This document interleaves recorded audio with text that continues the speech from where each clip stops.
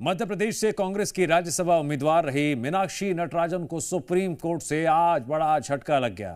Court ने उनकी वो याचिका खारिज कर दी जिसमें उन्होंने अपने नामांकन रद्द किए जाने की चुनौती दी थी। मीनाक्षी नटराजन ने राज्यसभा चुनाव के लिए नामांकन दाखिल किया, लेकिन रिटर्निंग ऑफिसर ने उनका नामांकन रद्द कर दिया था। इसके बाद फैसले को चुनौती देते हुए कोर्ट का दरवाजा खटखटाया गया। सुप्रीम कोर्ट ने याचिका पर सुनवाई करते हुए दखल देने से इनकार कर दिया। कोर्ट ने साफ कहा वो चुनावी प्रक्रिया में दखल नहीं दे सकती। याचिका पर सुनवाई करना संविधान के अनुच्छेद 329 के परे है। इस अनुच्छेद में कहा गया है अंतिम चरण में कोर्ट चुनावी मामलों में हस्तक्षेप नहीं करता, सिर्फ हाईकोर्ट में अपील करने की इजाजत है। इससे पहले चुनाव आयोग ने भी उनके नामांकन को खारिज किया था।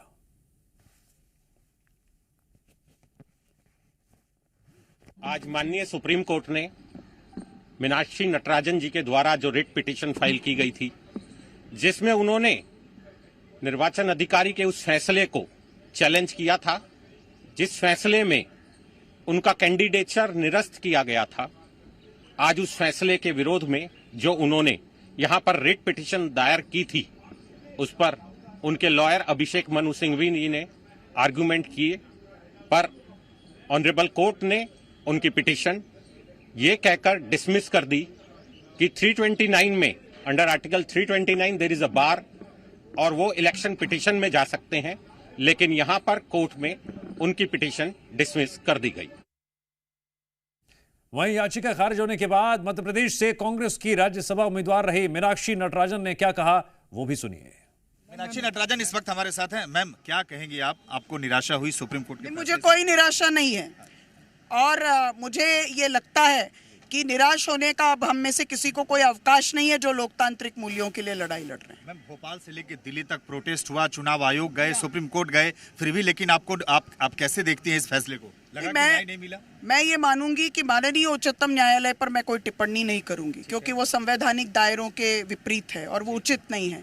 लेकिन मैं ये जरूर कहूंगी पूरे दावे के साथ कि चुनाव आयोग कॉम्प्रोमाइज्ड है। मैम, जिस बात को लेकर फॉर्म को रिजेक्ट किया, शुरू से कहा गया कि भाई ये इस आधार सही नहीं है, इस तरह का कोई कॉलम नहीं था, फिर भी आपको क्या लगता है कि आप लोग क्यों नहीं समझा पाए? नहीं, हमारे समझाने न समझाने का सवाल नहीं है। रिटर्निंग ऑफिसर्स कहीं और से बहुत ज्यादा समझे हुए हैं, ये सब समझ रहे हैं इस बात को। क्या लगता है मैम, साजिश हुई है?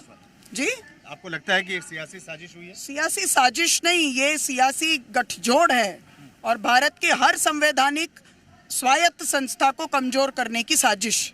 ये थी मीनाक्षी नटराजन।